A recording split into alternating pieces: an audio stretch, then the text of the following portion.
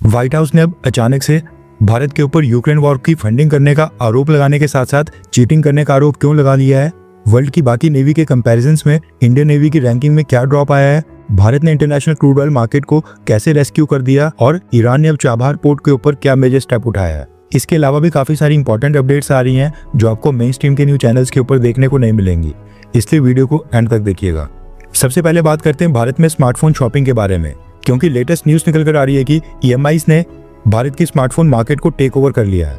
Reference के लिए आपकी स्क्रीन के ऊपर फाइनेंशियल एक्सप्रेस के आर्टिकल का स्क्रीनशॉट है। दरअसल न्यूज आ रही है कि भारत में आज की डेट में जितने भी स्मार्टफोन्स बिक रहे हैं ऑन एन एवरेज उसमें से 40% स्मार्टफोन्स EMI यानी कि किस्तों के ऊपर सेल हो रहे हैं, केवल 60% स्मार्टफोन्स कैश के ऊपर सेल हो रहे हैं। और ये जो EMIs का ट्रेंड है ये लगातार तेजी से बढ़ने के पीछे का कारण है आईफोन्स। न्यूज निकल कर आ रही है कि भारत में अप्रोक्सीमेटली 70% आईफोन्स आज की डेट में EMIs के ऊपर ही सेल हो रहे हैं, और जो बाकी के एप्पल के प्रोडक्ट्स हैं उसमें ये परसेंटेज 70% से भी ज्यादा की है। केवल 30% आईफोन्स भारत में फुल पेमेंट के ऊपर सेल हो रहे हैं। EMIs ना सिर्फ स्मार्टफोन बल्कि अब ऑलमोस्ट हर एक आइटम के ऊपर एक्सेप्ट हो रही है, और ये काफी कंसर्निंग ट्रेंड है जो लोगों की शॉपिंग हैबिट्स खराब कर रहा है। नेक्स्ट अपडेट आ रही है वर्ल्ड की सबसे पावरफुल नेवी की रैंकिंग्स को लेकर। दरअसल world directory of modern military warships नाम की एक ऑर्गेनाइजेशन है जो हर साल वर्ल्ड की टॉप 40 नेवी का, उनके पास कितने वॉरशिप्स हैं, उनकी क्या स्ट्रेंथ है, इस सब को आधार बनाकर एक रैंकिंग्स जारी करती है जिसको वर्ल्ड वाइड सभी फॉलो करते हैं। अब इन्होंने 2025 की लिस्ट जारी कर ली है। अब ये जो रैंकिंग्स हैं इसमें number of aircraft carriers, submarines, अलग अलग तरह के नेवल वॉरशिप्स और उनकी स्ट्रेंथ, काफी सारे फैक्टर्स को कंसीडर किया जाता है और फिर उसके आधार के ऊपर एक स्कोर दिया जाता है और उस स्कोर के बेसिस के ऊपर फाइनल रैंकिंग निकाली जाती है।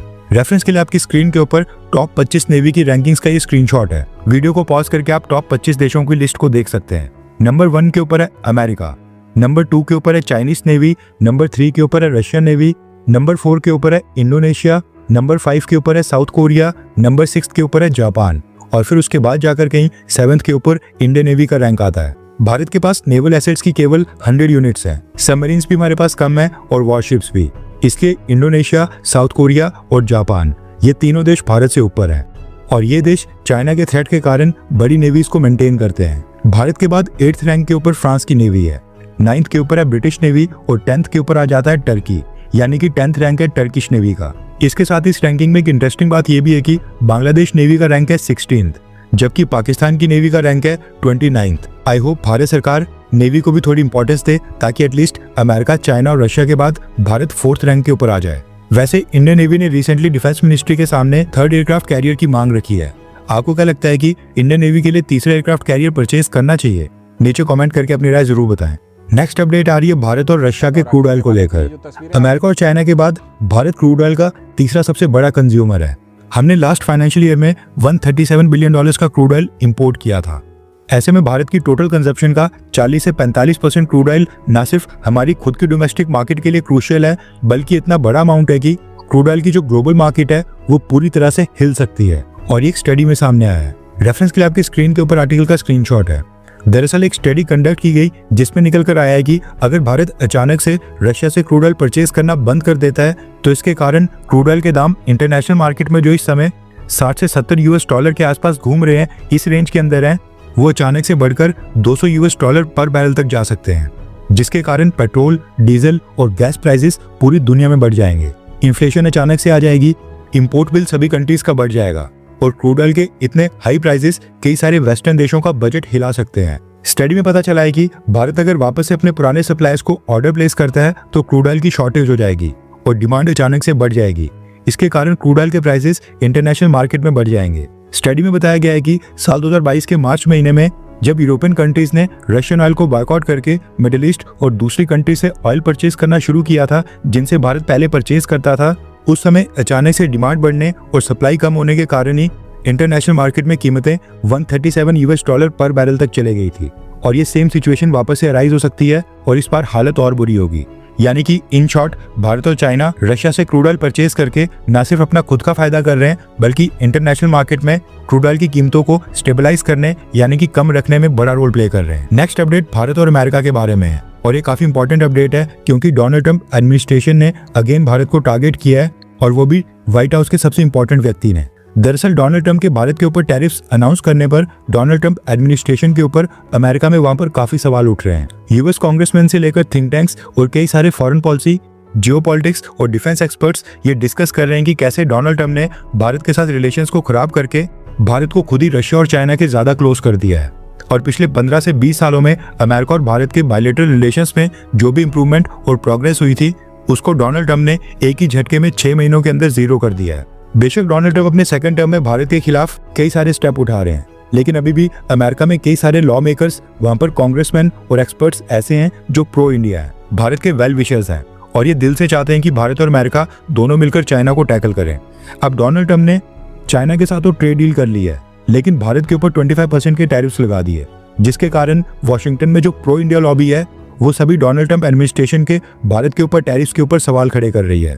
ऐसे में one by one Donald Trump administration के सभी की ऑफिशियल्स भारत के ऊपर स्टेटमेंट दे रहे हैं और ऐसा पोर्ट्रे और ऐसी छवि बनाने की कोशिश कर रहे हैं कि भारत के कारण ही रशिया यूक्रेन में वॉर लड़ रहा है और भारत के क्रूड ऑयल परचेज करने की वजह से ही यूक्रेन में सारी प्रॉब्लम्स हो रही हैं। पहले तो अमेरिका के फाइनेंस मिनिस्टर यानी कि यूएस सेक्रेटरी फॉर ट्रेजरी, उसके बाद US state secretary Marco Rubio और अब डोनाल्ड ट्रंप के की एड व्हाइट हाउस के deputy chief of staff Stephen Miller, जो कि डोनाल्ड ट्रंप के पॉलिसी एडवाइजर में से एक हैं, उन्होंने भी भारत के ऊपर लगे टैरिफ्स को डिफेंड करते हुए कुछ कंट्रोवर्शियल कमेंट किए हैं और चीटिंग का आरोप लगाया है। रेफरेंस के लिए आपकी स्क्रीन के ऊपर आर्टिकल का स्क्रीनशॉट है। यूएस व्हाइट हाउस के डिप्टी चीफ ऑफ स्टाफ ने इल्जाम लगाया है कि रशिया से तेल खरीदकर भारत ने यूक्रेन क्राइसिस को फाइनेंस किया है, यूक्रेन वॉर में पैसा दिया है और इनडायरेक्टली उस जंग को भारत सपोर्ट कर रहा है। इसके साथ ही उन्होंने भारत को चाइना के साथ कंपेयर करते हुए कहा कि अमेरिका के लोग इस बात को जानकर शॉक हो जाएंगे कि रशिया से ऑयल खरीदने के लिए भारत चाइना के साथ मिला हुआ है। डोनाल्ड ट्रंप के भारत के प्रधानमंत्री मोदी जी के साथ काफी अच्छे संबंध है, लेकिन यूक्रेन वॉर की जो फाइनेंसिंग हो रही है वो भारत के साथ रियल प्रॉब्लम है। इसलिए हम डिप्लोमेटिकली, फाइनेंशियली हर एक ऑप्शन अपना रहे हैं ताकि यूक्रेन में पीस को वापस लाया जाए और वॉर को रोका जाए, जो कि डेमोक्रेटिक पार्टी और जो बाइडेन नहीं कर पाई। अब यहाँ तक तो चलो समझ आता है। इसके आगे व्हाइट हाउस चीफ का कहना है कि भारत अमेरिका के प्रोडक्ट्स को अपनी मार्केट में आने ही नहीं देता है, यूएस गुड्स के ऊपर मैसिव टैरिफ लेता है और हम ये भी जानते हैं कि भारत इमिग्रेशन पॉलिसीज के ऊपर अमेरिका के साथ चीटिंग करता है और ऐसा करके यानी कि भारत का ऐसा करना अमेरिका के वर्कर्स के लिए काफी हार्मफुल है। यानी भारत अमेरिका के साथ चीटिंग कर रहा है, इसलिए वो भारत के ऊपर टैरिफ लगा रहे हैं। ये कहना है white house deputy chief of staff का, जो डोनाल्ड ट्रंप के टॉप पॉलिसी के एडवाइजर और व्हाइट हाउस के स्ट्रेटेजिस्ट है।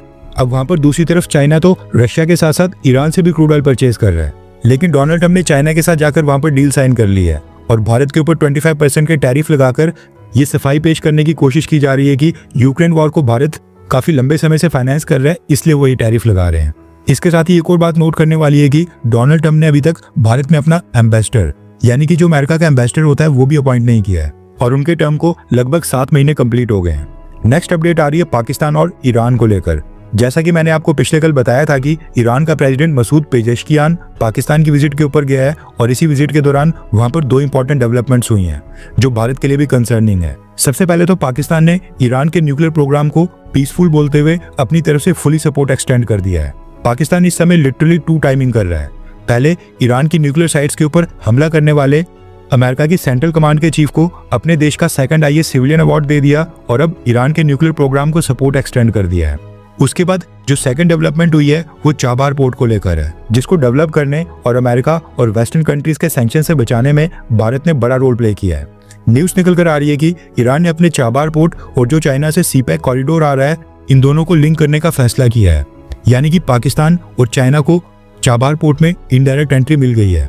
इसके साथ ही सीपैक कॉरिडोर को international north south transit corridor के साथ लिंक करने का फैसला हुआ है, जिसके बाद अब पाकिस्तान अपने प्रोडक्ट्स यूरोपियन यूनियन, टर्की और रशिया तक ट्रेन और रोड के जरिए आसानी से बेच पाएगा। और जो पाकिस्तान यूरोपियन कंट्रीज के साथ ट्रेड करता है उसके लिए उसको सिर्फ शिपिंग रूट्स के ऊपर निर्भर नहीं रहना पड़ेगा। आपको याद होगा इससे पहले रशिया ने भी पाकिस्तान के साथ एक एग्रीमेंट साइन किया था जिसमें यह फैसला किया गया कि रशिया और पाकिस्तान को बाय रोड और रेल लिंक के साथ जोड़ा जाएगा, लेकिन उससे पहले ही ईरान ने अपना रोड और रेलवे का नेटवर्क पाकिस्तान को दे दिया है। अब ये तो खैर आपको न्यूज मिल गई होगी कि भारत के वाइस प्रेसिडेंट के इलेक्शंस 9 अगस्त को होने वाले हैं और रिजल्ट भी सेम डे यानी कि 9 अगस्त को ही आ जाएगा। लेकिन आप नीचे कमेंट करके बताएं कि भारतीय जनता पार्टी में जो इस समय मिनिस्टर के पद के ऊपर है इनमें से आप किसको भारत का वाइस प्रेसिडेंट बनते देखना चाहते हैं। नीचे कमेंट करके अपनी राय जरूर बताएं। हर 24 घंटे के अंदर जियोपॉलिटिक्स में बड़े फेरबदलाव और उलटफेर हो रहे हैं और भारत के लिए नए चैलेंजेस आ रहे हैं। कोई देश अपने फैसले से पलट रहा है तो कोई देश ब्लैकमेलिंग के ऊपर उतर आया है। सभी देश एक दूसरे को नीचे लगाने की कोशिश कर रहे हैं। इन सब के बीच हमारा भारत किसी भी देश से पीछे न रह जाए, इसके लिए मोदी सरकार लगातार कोशिशें कर रही है। एंड भारत की foreign policy, defence news, economy और ग्लोबल अफेयर्स का सही एनालिसिस हमारे चैनल इंडियन अफेयर्स का मिशन है, और ये मिशन आपके सपोर्ट के बिना अधूरा है। इंडियन अफेयर्स हिंदी के ऊपर हम सभी फैक्ट्स और डेटा बिल्कुल सरल भाषा में एनालाइज करते हैं, बिना किसी एजेंडा के। अगर आप चाहते हैं कि इंडियन अफेयर्स का सही और ऑथेंटिक एनालिसिस आप तक लगातार पहुंचे, तो इस वीडियो को लाइक करें और हमारे चैनल इंडियन अफेयर्स को सब्सक्राइब करके बेल नोटिफिकेशन ऑन करना मत भूलिए। आपका एक लाइक हमारे चैनल को ग्रो करने में काफी मदद करेगा, और एक सब्सक्राइब ये सुनिश्चित करेगा कि आप किसी भी इंपॉर्टेंट अपडेट को मिस ना करें। अगर आपने हमारे चैनल को पहले से सब्सक्राइब किया है तो दिल से धन्यवाद। जय हिंद, वंदे मातरम।